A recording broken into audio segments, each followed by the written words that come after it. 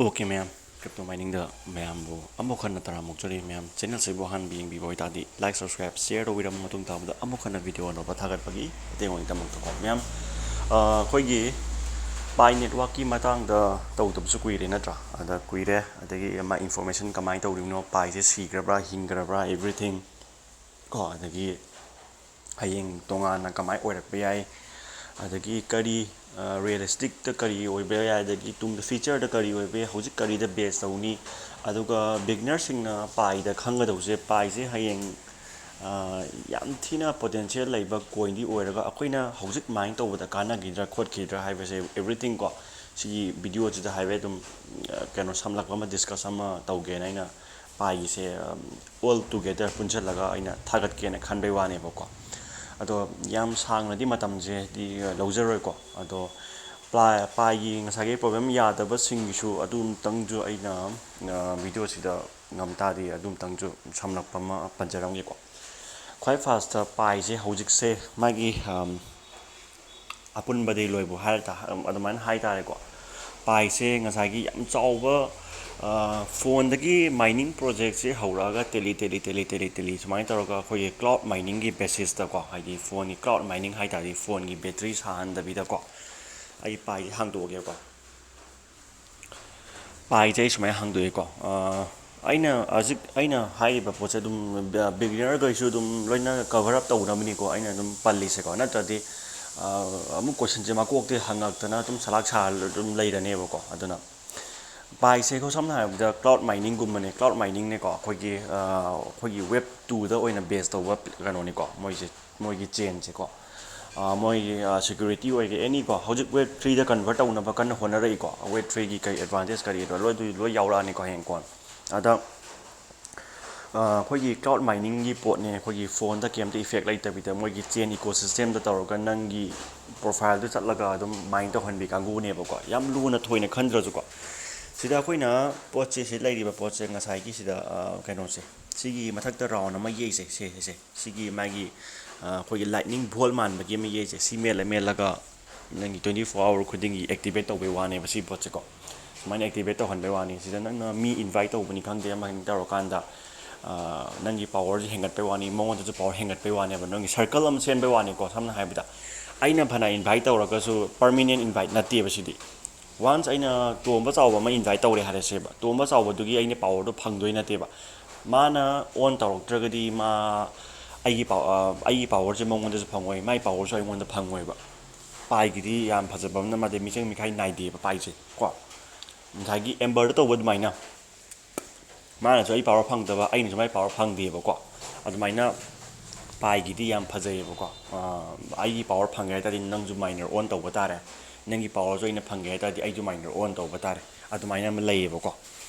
ado hojik se pai gi se kai step ta lei ge na hang ta di ko gi update hai tare ko pai se hojik se ko gi kano to to re pin sana pine PIN pine na mim coin ama lak to re hayeng hojik Coral app aje khoi kano ne Coral app hai se khoi America gi khoi smartphone puthok pa ko yong ko ai ut ke smartphone puthok pa adum ba potam ni ko kita to smartphone gi adum ba mai company makhalam ne si Coral app hai se ko sina ka mai to do no ha kan da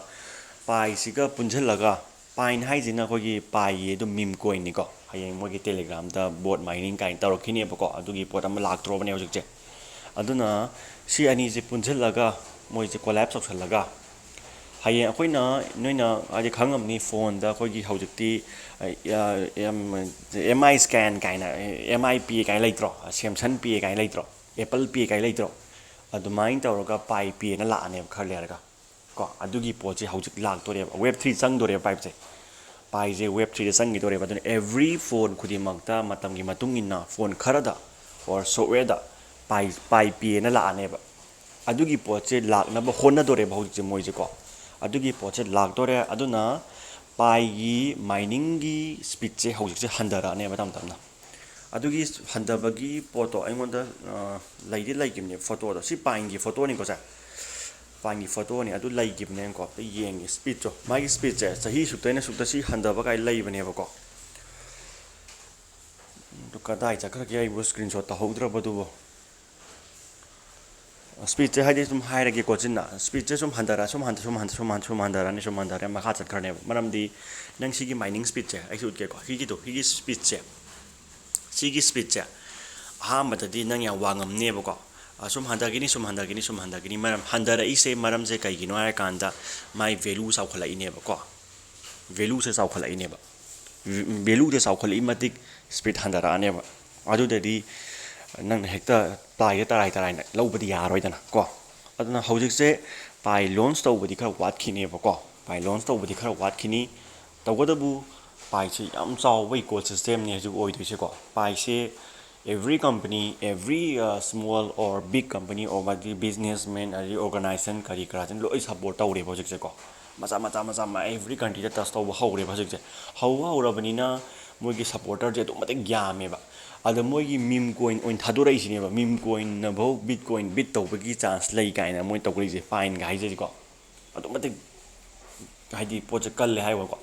ꯉꯁꯤꯗꯩ ꯊꯥꯔꯒ ꯆꯍꯤ 3-4 ꯃꯇꯨꯡꯗꯗꯤ 3 ꯐꯥꯎ ꯐꯥꯗꯧ ꯃꯥꯟꯗꯦꯀꯣ 2 ꯃꯇꯨꯡꯗꯗꯤ ꯄꯥꯏꯁꯤ eco ꯁꯤꯁꯇꯦꯝꯁꯦ web 3ꯗ ꯆꯣꯡꯒꯅꯤ web 3ꯗ ꯆꯣꯡꯉꯒꯗꯤ compulsory ꯄꯥꯏꯁꯦ ꯄꯥꯏ ꯄꯦ ꯆꯠꯅꯕ ꯍꯧꯔꯛꯑꯅꯦꯕ ꯍꯧꯖꯤꯛ ꯊꯥꯏꯅ ꯃꯇꯝꯗꯗꯤ ꯑꯩꯈꯣꯏꯒꯤ ꯕꯥꯇꯔ ꯁꯤꯁꯇꯦꯝ ꯀꯥꯏ ꯂꯩꯇ꯭ꯔꯥ ꯄꯣꯠꯀ ꯄꯣꯠꯇ ꯑꯣꯟꯅꯕꯤ ꯑꯗꯒꯤ ꯑꯗꯨ ꯃꯇꯝꯗ ꯀꯔꯦꯟꯁꯤ ꯑꯃꯨꯛ ꯂꯥꯛꯇ꯭ꯔꯥ ꯀꯔꯦꯟꯁꯤ ꯄꯩꯁꯥ ꯄꯤꯅꯕꯤ ꯈꯣꯠꯅꯕꯤ ꯑꯗꯨ ꯃꯇꯝꯗ ꯀꯩ ꯂꯥꯛꯑꯦ ꯑꯩꯈꯣꯏꯒꯤ ꯗꯤꯖꯤꯇꯦꯜ ꯑꯦꯁꯦꯠ ꯂꯥꯛꯑꯦ ꯗꯤꯖꯤꯇꯦꯜꯗꯒꯤ ꯌꯨ ꯄꯤ ꯑꯥꯏ ꯂꯥꯛꯑꯦ ꯌꯨ ꯄꯤ ꯑꯥꯏꯗꯒꯤ ꯍꯧꯖꯤꯛ ꯀꯩ ꯑꯃꯨꯛ ꯆꯠꯂꯦ ꯍꯧꯖꯤꯛꯁꯦ ꯑꯃꯨꯛ ꯀꯩ ꯍꯥꯏꯅꯤ ꯀ꯭ꯔꯤꯞꯇꯣ ꯀꯔꯦꯟꯁꯤꯗ ꯑꯣꯟꯁꯤꯜꯂꯛꯑꯦ ꯑꯗꯨꯅ ꯁꯤꯒꯤ ꯄꯣꯠꯁꯦ ꯃꯣꯏꯒꯤ ꯄꯥꯏꯒꯤ ꯁꯤꯑꯣ ꯀꯥꯡꯕꯨꯅ ꯈꯪꯕꯅꯤꯅ ꯍꯧꯖꯤꯛ ꯑꯆꯧꯕ ꯄ꯭ꯂꯦꯠꯐꯣꯝ ꯑꯃ ꯄꯥꯏꯗ ꯂꯥꯛꯇꯣꯔꯦꯁꯦ ꯃꯣꯏ ꯈꯪꯉꯦꯕ ꯑꯗꯨꯅ ꯑꯦꯕ꯭ꯔꯤ ꯄꯥꯏ ꯄꯦ ꯑꯦꯄꯜ ꯄꯦ ꯀꯥꯏ ꯂꯩꯁꯦ ꯁꯤꯗ ꯀꯣꯂꯥꯞꯁ ꯇꯧꯔꯛꯇꯣꯔꯦꯕ ꯄꯣꯠꯁꯦ ꯐꯣꯟ ꯈꯨꯗꯤꯡꯃꯛꯇꯀꯣ ꯑꯗꯨꯅ ꯄꯥꯏꯁꯦ ꯍꯧꯖꯤꯛ ꯇꯨꯡꯁꯤꯟꯕꯤꯌꯨ ꯇꯥꯁꯟꯕꯤꯌꯨ ꯃꯌꯥꯝ ꯑꯩꯒꯤ ꯃꯈꯥꯗ ꯖꯣꯏꯟ ꯇꯧꯕꯤꯅꯤꯡꯕꯁꯤꯡ ꯇꯧꯕꯤꯔꯣ ꯑꯅꯧꯕꯁꯤꯡꯀꯣ ꯑꯩ ꯃꯈꯥꯗ ꯂꯤꯡ ꯄꯤꯖꯔꯝꯒꯦ ꯃꯔꯝꯗꯤ ꯑꯩꯒꯤ ꯕꯣꯅꯁ ꯐꯪꯒꯅꯤ ꯑꯗꯣꯝꯗꯁꯨ ꯑꯗꯣꯝꯒꯤ ꯕꯣꯅꯁꯁꯨ ꯑꯩꯅ ꯐꯪꯗꯣꯏꯅꯦꯕꯀꯣ ꯑꯅꯤꯃꯛꯒꯤ ꯁꯤꯌꯔ ꯇꯧꯅꯤꯡꯕꯅꯤ ꯍꯥꯏꯇꯥꯔꯦꯀꯣ ꯍꯧꯖꯤꯛ ꯄꯥꯏ ꯑꯃꯒꯤ ꯚꯦꯂꯨꯁꯦ ꯍꯥꯏꯖꯕꯩ ꯋꯥꯅꯤ ꯂꯨꯄꯥ 4-5ꯒꯤ ꯑꯕꯞꯇꯅꯦꯕ ꯄꯤꯔꯤꯁꯦꯀꯣ ꯌꯥꯝ ꯌꯥꯝꯅꯤꯀꯣ ꯑꯩ ꯑꯗꯨꯛ ꯃꯇꯤꯛ ꯌꯥꯝꯅꯤꯀꯣ 10-20-30 ꯄꯤꯅꯤꯀꯣ ꯑꯩ ꯁꯦꯡꯅ ꯍꯥꯏꯕꯤꯒꯦꯀꯣ ꯄꯥꯏꯁꯦ 10-20-30 ꯄꯤꯅꯤ ꯅꯪ ꯑꯗꯨꯅ ꯃꯌꯥꯝꯅ ꯂꯨꯄꯥ 10-20-30ꯗ ꯑꯗꯒꯤ ꯂꯨꯄꯥ 50-60ꯗꯒ ꯄꯥꯏ ꯀꯩꯅꯣ ꯇꯧꯅꯔꯤꯁꯦ ꯂꯩꯁꯟꯅꯔꯤꯁꯦ ꯁꯤ ꯃꯔꯝ ꯌꯥꯝ ꯂꯩꯌꯦꯕꯀꯣ ꯑꯗꯨꯅ ꯑꯗꯣꯝꯅ ꯂꯩꯁꯟꯅꯒꯦꯗꯤ ꯂꯩꯁꯜꯂꯣꯏ ꯍꯥꯏꯔꯒꯗꯤ ꯑꯩꯒꯤ ꯄꯣꯠꯁꯤꯗꯤ ꯌꯥꯝ ꯑꯔꯤꯕ ꯄꯥꯏꯅꯦꯕꯀꯣ ꯑꯩꯅ ꯃꯥꯏꯟ ꯄꯥꯡ ꯇꯧꯕꯤꯗꯕꯩ ꯋꯥꯅꯦꯕꯀꯣ ꯑꯗꯣ ꯕꯣꯅꯁꯁꯨ ꯆꯥꯎꯅ ꯑꯩ 0.03 ꯐꯪꯅꯤꯀꯣ ꯑꯗꯣꯝꯅ ꯅꯣꯏꯒꯤ ꯁ꯭ꯄꯤꯠꯇꯀꯣ ꯑꯗꯨ ꯑꯣꯏꯇꯥꯔꯗꯤ ꯄꯔ ꯑꯋꯔꯗ 0.03 ꯐꯪꯉꯗꯤ ꯀꯌꯥꯝ ꯋꯥꯡꯉꯅꯤ ꯑꯝꯇ ꯌꯦꯡꯉꯨ ꯑꯗꯨꯅ ꯖꯣꯏꯟ ꯇꯧꯁꯟꯕꯤꯔꯣ ꯇꯧꯕꯤꯗ꯭ꯔꯤꯕꯁꯤꯡꯗꯣꯀꯣ ꯑꯗꯨꯒ ꯄꯥꯏ ꯍꯧꯖꯤꯛ ꯇꯥꯁꯟꯕꯤꯍꯧꯔꯣ ꯅꯣꯏ ꯄꯥꯏ ꯃꯤꯅꯤꯃꯝ 20-30 100-200 ꯇꯥꯁꯟꯕ ꯉꯝꯃꯒꯗꯤ ꯅꯣꯏ ꯑꯗꯨꯝ ꯀꯔꯣꯔꯄꯇꯤ ꯑꯣꯏꯔꯦꯗꯅꯀꯣ ꯑꯣꯏꯗꯣꯏꯅꯦꯕꯀꯣ ꯑꯗꯨꯅ ꯄꯥꯏꯁꯦ ꯅꯣꯏꯅꯗꯤ ꯅꯣꯛꯀꯅꯤꯀꯣ ꯍꯧꯖꯤꯛ ꯅꯣꯛꯀꯅꯤꯀꯣ ꯍꯌꯦꯡ ꯀꯞꯇꯣꯏꯅꯤꯀꯣ ꯑꯩꯅ ꯍꯥꯏꯁꯦ ꯀ꯭ꯔꯤꯞꯇꯣ ꯀꯔꯦꯟꯁꯤꯒꯤ ꯈꯪꯕ ꯃꯤꯗꯗꯤ ꯍꯧꯖꯤꯛ ꯑꯩꯅ ꯍꯥꯏꯁꯦ ꯃꯥꯏꯁꯦ ꯆꯨꯝꯅꯦ ꯑꯗꯨꯝ ꯈꯜꯂꯝꯒꯅꯤꯀꯣ ꯑꯗꯣ ꯈꯪꯗꯕ ꯃꯤꯗꯤ ꯍꯧꯖꯤꯛ ꯅꯣꯛꯀꯅꯤ ꯑꯗꯨꯒ ꯍꯌꯦꯡ ꯀꯞꯀꯅꯤꯀꯣ ꯁꯤꯗ ꯀ꯭ꯔꯤꯞꯇꯣ ꯀꯔꯦꯟꯁꯤꯒꯤ ꯅꯤꯌꯣꯝꯁꯦꯀꯣ ꯑꯗꯣ ꯐꯔꯦ ꯚꯤꯗꯤꯑꯣꯁꯦ ꯌꯥꯝ ꯁꯥꯡꯈꯤꯅꯤꯀꯣ ꯑꯗꯣ ꯄꯥꯏ ꯌꯥꯗꯕꯁꯤꯡꯗꯨꯒꯤ ꯑꯝꯇꯪ ꯑꯩ ꯍꯥꯏꯔꯝꯒꯦꯀꯣ ꯃꯥꯒꯤ ꯁꯦꯔꯥꯟ ꯇꯨꯔꯥꯟꯅ KYC ꯇꯧꯁꯟꯈꯤꯕ ꯑꯗꯒꯤ ꯑꯦꯅꯤ ꯀꯩꯅꯣ ꯇꯧꯈꯤꯕꯁꯤꯡꯀꯣ ꯃꯔꯨꯑꯣꯏꯅ ꯑꯩꯈꯣꯏꯒꯤ ꯄꯥꯏ ꯅꯁꯥꯒꯤ ꯑꯦꯀꯥꯎꯟ ꯑꯃ ꯂꯩꯅ ꯄꯥꯁꯋꯥꯔꯗ ꯌꯨꯖꯔ ꯅꯦꯝ ꯈꯪꯉꯦ ꯍꯥꯏꯔꯒ ꯅꯣꯏꯅ ꯑꯇꯣꯞꯄ ꯐꯣꯟ ꯑꯃꯗ ꯆꯪꯕꯗꯣ ꯑꯗꯨ ꯇꯧꯕꯤꯒꯅꯣꯕ ꯃꯁꯤ ꯌꯥꯝ ꯁꯣꯛꯑꯦꯕ ꯄꯥꯏꯗꯗꯤ ꯃꯔꯝꯗꯤ ꯄꯥꯏꯁꯦ ꯋꯥꯟ ꯑꯣꯐ ꯗ ꯈ꯭ꯋꯥꯏꯗꯒꯤ ꯕꯤꯒꯦꯁ ꯀꯝꯄꯅꯤ ꯈ꯭ꯋꯥꯏꯗꯒꯤ ꯕꯤꯒꯦꯁ ꯍꯥꯏꯌꯦꯁ ꯀꯝꯄꯅꯤ ꯑꯗꯨꯒ ꯀ꯭ꯔꯤꯞꯇꯣ ꯀꯔꯦꯟꯁꯤꯗ ꯈ꯭ꯋꯥꯏꯗꯒꯤ ꯄ꯭ꯔꯥꯏꯁꯇ ꯍꯥꯏꯌꯦꯁ ꯑꯣꯏꯕ ꯑꯃ ꯑꯣꯏꯔꯛꯇꯣꯏꯅꯦ ꯕꯤꯠ ꯀꯣꯏꯟ ꯕꯤꯠ ꯇꯧꯔꯛꯇꯣꯏꯅꯦꯕ ꯄꯥꯏ ꯏꯀꯣ ꯁꯤꯁꯇꯦꯝꯗꯤ ꯄꯥꯏ ꯆꯦꯟꯗꯤ ꯂꯩꯈ꯭ꯔꯕꯅꯦꯕ ꯀꯣ ꯄꯥꯏ ꯅꯦꯠꯋꯥꯔꯛ ꯆꯦꯟ ꯂꯩꯈ꯭ꯔꯦ ꯂꯣꯏꯈ꯭ꯔꯦ ꯑꯦꯕ꯭ꯔꯤꯊꯤꯡ ꯁ꯭ꯇꯦꯞ ꯕꯥꯏ ꯁ꯭ꯇꯦꯞ ꯂꯣꯏꯈ꯭ꯔꯦ ꯑꯗꯨꯒ ꯅꯣꯏꯅ ꯑꯗꯨ ꯂꯩꯔꯕ ꯃꯇꯨꯡꯗ ꯅꯣꯏꯅ ꯌꯥꯝ ꯇꯔꯥꯏꯗꯧꯅ ꯅꯣꯏꯅ ꯀꯩ ꯍꯥꯏꯅꯤ ꯑꯇꯣꯞꯄ ꯐꯣꯟ ꯑꯃꯗ ꯄꯥꯁꯋꯥꯔꯗ ꯈꯪꯉꯦꯅ ꯇꯧꯕꯗꯣ ꯑꯗꯨ ꯅꯣꯏꯒꯤ ꯑꯦꯀꯥꯎꯟꯗꯣ ꯕꯦꯟ ꯍꯦꯛ ꯆꯥꯒꯅꯦꯕ ꯃꯔꯝꯗꯤ ꯀꯩꯒꯤꯅೋ ꯍꯥꯏꯔꯀꯥꯟꯗ ꯅꯪꯒꯤ ꯐꯣꯟ ꯑꯃ ꯍꯤꯡꯅ ꯆꯣꯡꯊꯣꯛꯄ ꯌꯥꯗꯦꯕ ꯀꯣ ꯐꯣꯟꯗꯣ ꯍꯤꯡꯗ꯭ꯔꯀꯥꯟꯗ ꯅꯪꯅ ꯆꯣꯡꯊꯣꯛꯍꯧꯒꯦ ꯍꯥꯏꯔꯀꯥꯟꯗ ꯀꯟꯐꯔꯃꯦꯁꯟ ꯃꯌꯥꯝ ꯄꯤꯔꯀꯥꯟꯗ ꯏꯃꯦꯜꯗ ꯀꯟꯐꯔꯃꯦꯁꯟ ꯅꯪꯒꯤ ꯐꯣꯟ ꯅꯝꯕꯔꯗ ꯀꯟꯐꯔꯃꯦꯁꯟ ꯄꯤꯔꯀꯥꯟꯗ ꯃꯥꯏꯒ꯭ꯔꯦꯠ ꯇꯧꯕ ꯌꯥꯒꯅꯦꯕ ꯐꯣꯟ ꯑꯃꯗ ꯆꯣꯡꯊꯣꯛꯄ ꯌꯥꯒꯅꯦꯕ ꯑꯗꯨ ꯅꯠꯇꯅ ꯐꯣꯟꯗ ꯌꯥꯎꯅ ꯕꯦꯂꯦꯟꯁ ꯍꯥꯞꯄꯨꯒꯦ ꯑꯃ ꯁꯨꯝ ꯌꯦꯡꯒꯦ ꯈꯣꯠꯀꯦꯅ ꯇꯧꯔꯒ ꯆꯪꯕꯗꯣ ꯑꯗꯨ ꯌꯥꯔꯣꯏꯕ ꯁꯤꯗꯤ ꯌꯥꯝ ꯋꯥꯡꯉꯦꯕ ꯀꯩꯅꯣꯁꯦ ꯑꯗꯨꯅ ꯃꯌꯥꯝ ꯑꯩꯅ ꯍꯥꯏꯖꯔꯤꯁꯦ ꯁꯤꯅꯤꯀꯣ ꯑꯗꯨꯅ ꯁꯨꯃꯥꯏꯅ ꯂꯩ ꯑꯗꯨꯅ ꯍꯧꯖꯤꯛꯁꯦ ꯌꯥꯗꯕꯁꯤꯡꯗꯨꯒꯤ ꯁꯨꯃꯥꯏꯅ ꯆꯤꯡꯈꯠꯂꯁꯤꯡꯗ ꯑꯩꯈꯣꯏꯒꯤ ꯁꯞꯄꯣꯔꯠ ꯄꯣꯔꯇꯦꯜ ꯆꯪꯉꯣ ꯁꯞꯄꯣꯔꯠ ꯄꯣꯔꯇꯦꯜ ꯆꯪꯉꯀꯣ ꯁꯤ ꯐꯖꯅ ꯑꯃꯨꯛꯇꯪ ꯌꯦꯡꯉꯣꯕ ꯂꯥꯁ ꯑꯣꯏꯅꯀꯣ ꯌꯥꯗꯕꯁꯤꯡꯗꯨꯒꯤ ꯁꯤꯗ ꯂꯣꯏ ꯌꯥꯎꯒꯅꯦꯕ ꯁꯤ ꯅꯠꯇꯗꯤ ꯎꯄꯥꯏ ꯂꯩꯇꯦꯕꯀꯣ ꯁꯞꯄꯣꯔꯠ ꯄꯣꯔꯇꯦꯜ ꯆꯪꯉꯀꯥꯟꯗ ꯅꯪꯅ ꯁꯤꯗ ꯁꯞꯄꯣꯔꯠ ꯄꯣꯔꯇꯦꯜ ꯂꯣꯒ ꯏꯟꯅ ꯆꯪꯉꯣꯕꯀꯣ ꯂꯣꯒ ꯏꯟꯁꯦ ꯃꯦꯠꯂꯣ ꯂꯣꯒ ꯏꯟꯁꯦ ꯅꯪꯒꯤ ꯏꯃꯦꯜ ꯑꯃꯁꯨꯡ ꯅꯪꯒꯤ ꯄꯥꯁꯋꯥꯔꯗ ꯅꯨꯡꯄꯥ ꯍꯥꯞꯄꯣ ꯍꯥꯞꯄ ꯃꯇꯨꯡꯗ ꯅꯪꯅ ꯆꯤꯡꯈꯠꯂꯣ ꯆꯤꯡꯈꯠꯂ ꯅꯪ ꯁꯤꯗ ꯏꯗ ꯒꯥꯏꯗꯂꯥꯏꯟꯗ ꯌꯦꯡꯉꯣꯕꯀꯣ ꯏꯗ ꯅꯤꯠ ꯑ ꯔꯥꯏꯠ ꯑꯦꯟ ꯔꯤꯀ꯭ꯋꯦꯁ ꯐꯣꯔ ꯁꯤꯁꯦ ꯃꯦꯠꯂꯣꯕꯀꯣ ꯁꯤꯁꯦ ꯃꯦꯠꯂꯒ ꯀꯔꯤ ꯃꯇꯥꯡꯗꯅꯣꯕ ꯅꯪꯅ troubleshooting sign in forget ꯇꯧꯈꯤꯕꯒꯤꯔ can create a new account wallet or ꯕ꯭ꯔꯥꯎꯖꯔꯒꯤꯔ ꯑꯦꯀꯥꯎꯟ ꯁꯦꯠꯇꯤꯡꯗꯔ ꯚꯦꯔꯤꯐꯤꯀꯦꯁꯟ ꯑꯣꯐ ꯑꯦꯀꯥꯎꯟꯗꯔ ꯑꯗꯒꯤ ꯁꯦꯀ꯭ꯌꯨꯔꯤꯇꯤ ꯁꯥꯔꯀꯜꯗꯔ ꯑꯗꯒꯤ ꯉꯁꯥꯏꯒꯤ ꯑꯩꯈꯣꯏꯅ ꯑꯩꯉꯣꯟꯗ ꯄꯥꯎ ꯑꯃ ꯐꯥꯎꯔꯛꯏꯕ ꯑꯩꯈꯣই ꯃꯤꯁꯦ ꯃꯥꯒꯤꯁꯤ ꯃꯔꯨ ꯑꯣꯏꯅ ꯀꯩꯅꯣꯅꯦꯕ ꯁꯦꯀ꯭ꯌꯨꯔꯤꯇꯤ ꯁꯥꯔꯀꯜꯅꯦꯕ ꯀꯣ ꯐꯣꯟ ꯅꯝꯕꯔꯁꯨ ꯍꯥꯟꯅꯒꯤ ꯂꯣꯏ ꯆꯨꯝꯃꯤ ꯈꯣꯠꯂꯤ ꯑꯗꯒꯤ ꯑꯦꯕ꯭ꯔꯤꯊꯤꯡ ꯆꯨꯝꯃꯦꯅ ꯍꯥꯏꯔꯤꯕ ꯄꯣꯠꯁꯦ ꯁꯦꯀ꯭ꯌꯨꯔꯤꯇꯤ ꯁꯥꯔꯀꯜꯅꯦꯕꯀꯣ ꯑꯗꯣ ꯁꯦꯀ꯭ꯌꯨꯔꯤꯇꯤ ꯁꯥꯔꯀꯜꯗ ꯈꯟꯕꯤꯌꯣꯕꯀꯣ ꯑꯗꯨꯒꯤ ꯄꯣꯠꯁꯦꯀꯣ ꯁꯦꯀ꯭ꯌꯨꯔꯤꯇꯤ ꯁꯥꯔꯀꯜ ꯈꯜꯂꯣ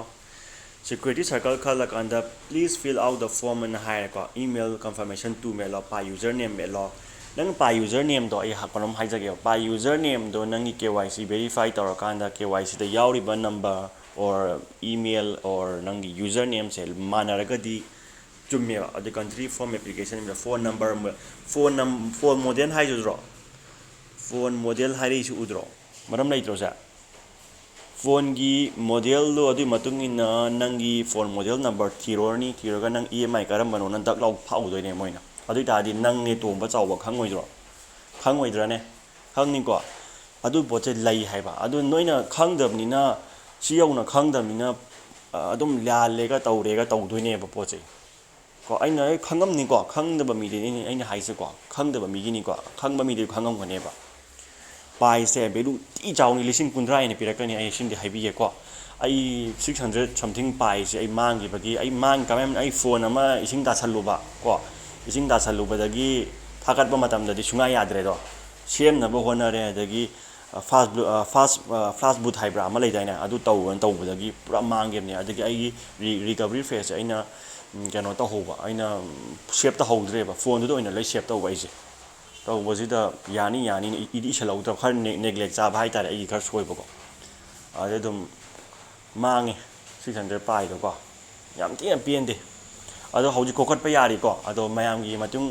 ꯃꯇꯦꯡꯅ ꯀꯣꯛꯈꯠꯄ ꯉꯝꯗꯣꯏꯅꯤ ꯃꯌꯥꯝꯗꯁꯨ ꯑꯩꯅ ꯁꯞꯄꯣꯔꯠ ꯄꯤꯖꯒꯦꯀꯣ ꯑꯗꯣ ꯃꯌꯥꯝ ꯔꯤꯐꯔꯦꯜ ꯂꯤꯡꯛ ꯄꯤꯖꯔꯝꯒꯦ ꯖꯣꯏꯟ ꯇꯧꯁꯟꯕꯤꯔꯝꯃꯣ ꯑꯩꯉꯣꯟꯗꯁꯨ ꯈꯤꯇꯪ ꯁꯞꯄꯣꯔꯠ ꯑꯣꯏꯅꯕ ꯑꯗꯣꯝꯗ ꯁꯞꯄꯣꯔꯠ ꯑꯣꯏꯅꯕꯀꯣ ꯁꯤꯗ ꯍꯥꯞꯄꯤꯔꯣ ꯑꯗꯨꯒ ꯑꯦꯟꯗ꯭ꯔꯣꯏꯗꯂ iOSꯂ ꯃꯦꯜꯂꯣ ꯁ꯭ꯄꯦꯁꯤꯐꯤꯛ ꯁꯣꯐꯋꯦꯌꯔ ꯍꯥꯏꯁꯦ ꯎꯔꯕ ꯁ꯭ꯄꯦꯁꯤꯐꯤꯛ ꯅꯪ ꯍꯧꯖꯤꯛ ꯀꯔꯤ ꯑꯦꯟꯗ꯭ꯔꯣꯏꯗꯇ ꯂꯩꯔꯤꯒꯦ ꯍꯥꯏꯕꯁꯤꯃ ꯆꯞ ꯆꯥꯅ ꯍꯥꯏꯃꯦꯟꯕꯤꯌꯣꯕ ꯀꯣ ꯉꯁꯥꯏꯒꯤ ꯐꯥꯎꯔꯛꯏꯕ ꯃꯤ ꯑꯅꯤꯅꯤꯀꯣ ꯑꯩꯉꯣꯟꯗ ꯍꯧꯖꯤꯛ ꯃꯣꯏꯒꯤ ꯀꯩꯅꯣꯁꯤꯃ ꯃꯥꯒꯤ ꯋꯥꯏꯐꯀꯤ ꯑꯦꯀꯥꯎꯟꯗ ꯃꯥꯒꯤ ꯋꯥꯏꯐ ꯑꯦꯀꯥꯎꯟꯗꯣ ꯃꯥꯅ ꯆꯪꯉꯨꯏ ꯍꯥꯏꯕ꯭ꯔꯥ ꯑꯃ ꯍꯥꯏꯀꯣ ꯑꯇꯣꯞꯄ ꯐꯣꯟ ꯑꯃ ꯑꯗꯨꯁꯨ ꯆꯞ ꯃꯥꯟꯅꯩ ꯁꯦꯀ꯭ꯌꯨꯔꯤꯇꯤ ꯔꯤꯖꯟ ꯑꯣꯏꯗꯣꯏꯅꯤꯀꯣ ꯑꯗꯨꯁꯨ ꯗꯦꯟ ꯅꯨꯄꯥ ꯑꯃꯗꯨꯁꯨ ꯍꯥꯏꯇꯥꯔꯦꯀꯣ ꯑꯗꯨꯒ ꯃꯥꯒꯤ ꯗꯤꯁꯀ꯭ꯔꯤꯞꯁꯟ ꯏꯁꯨꯗꯣ ꯐꯖꯅ ꯃꯦꯟꯕꯤꯔꯣ ꯑꯗꯨꯒ ꯅꯪ ꯁ꯭ꯀ꯭ꯔꯤꯟ ꯁꯣꯠ ꯀꯔꯤ ꯀꯔꯥꯗ ꯃꯦꯟꯕꯤꯔꯣ ꯑꯗꯨꯒ ꯁꯦꯟ ꯇꯧꯕꯤꯔꯣ ꯑꯗꯨꯒ ꯅꯪꯒꯤ ꯏꯃꯦꯜꯗꯨꯗ ꯃꯥꯅ ꯃꯦꯁꯦꯖ ꯑꯃ ꯂꯥꯛꯀꯅꯤ ꯃꯦꯁꯦꯖꯇꯣ ꯅꯪꯅ ꯀꯟꯐꯥꯔꯝ ꯇꯧꯕꯤꯔꯅꯤ ꯀꯟꯐꯥꯔꯝ ꯇꯧꯕꯤꯔꯒ ꯍꯥꯏꯔꯤꯕ ꯃꯇꯝꯁꯤ ꯃꯅꯨꯡꯗ ꯍꯞꯇꯥꯁꯤ ꯃꯅꯨꯡꯗ ꯍꯪꯉꯛꯑꯅꯤ ꯈꯣꯠꯂꯅꯤ ꯑꯦꯕ꯭ꯔꯤꯊꯤꯡ ꯌꯥꯔꯅꯤ ꯑꯗꯨꯒ ꯃꯇꯨꯡ ꯃꯅꯥꯎꯗꯤ ꯑꯃꯨꯛ ꯍꯟꯅ ꯆꯪꯕꯤꯒꯅꯨꯅ ꯍꯥꯏꯔꯛꯀꯅꯦꯕꯀꯣ ꯁꯦꯔꯥꯟ ꯇꯨꯔꯥꯟ ꯇꯧꯕꯤꯒꯅꯣꯅꯀꯣ ꯑꯗꯨꯀꯥꯟꯗ ꯅꯪꯒꯤ ꯄꯣꯠꯇꯣ ꯑꯣꯀꯦ ꯇꯥꯒꯗꯧꯕꯀꯣ